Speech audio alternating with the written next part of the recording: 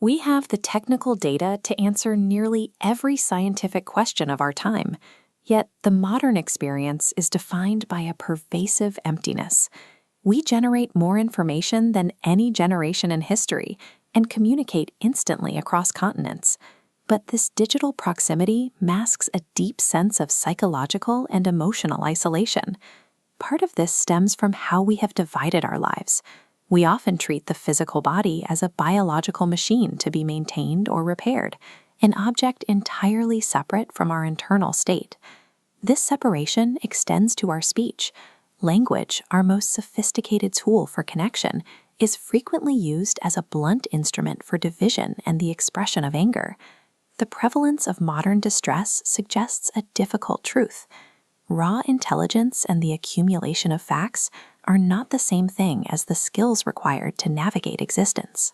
This current state of disconnection may not be an inevitable part of progress, but a departure from a much older understanding of human survival. Throughout history, diverse philosophical traditions and spiritual texts have pointed toward the same underlying principle of health and survival. They distinguish between two different ways of knowing: the ability to categorize the physical world and the understanding of how to live well within it. To understand how this perspective was lost, we can look at three specific areas: the roots of philosophy, the evolution of medicine, and the structure of our language. Reconnecting these threads offers a way to look past the illusion of separation and address the modern sense of isolation. In ancient Greece, Socrates explicitly turned away from the pursuit of the physical sciences. He believed the most urgent study was not the world of objects, but the knowledge of virtue. While often remembered for claiming he knew nothing, his true focus was epistemic humility. He only claimed to know what was beneficial for the human soul, prioritizing internal clarity over external data. His student, Aristotle, expanded this by identifying the highest good as a foundational principle of the universe, a target for all human action. He called this phronesis, or practical wisdom. This is the specific ability to take an understanding of what is good and apply it to the complexities of daily life. This suggests that intellect alone is an incomplete tool. It only becomes effective when it is directed toward the well-being of the individual and their community. This philosophical concept is supported by evidence in medicine, where researchers are finding that physical health is often tied to factors beyond the natural sciences.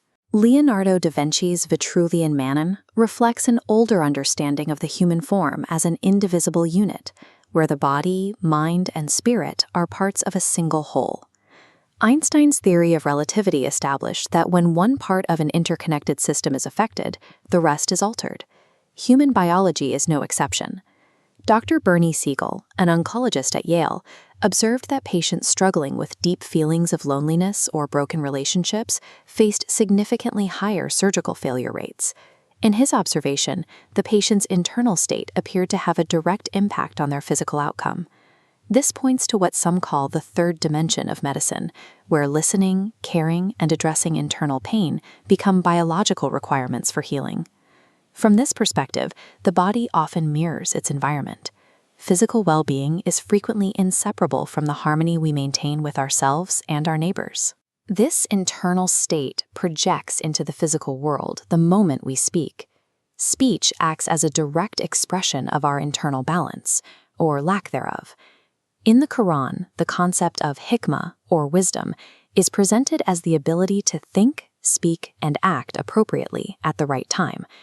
This reflects the psychology of linguistic wisdom. Choosing words with care does more than transmit data. It constructs a shared world of reflection and can actively defuse human conflict.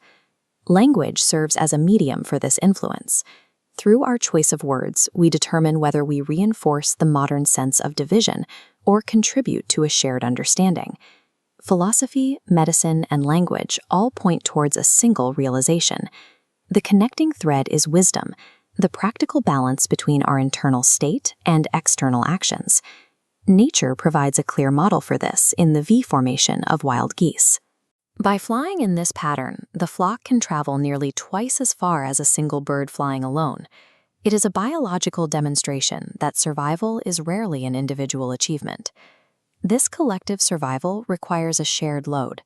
When the lead bird tires, it moves back to recover, while another takes its place.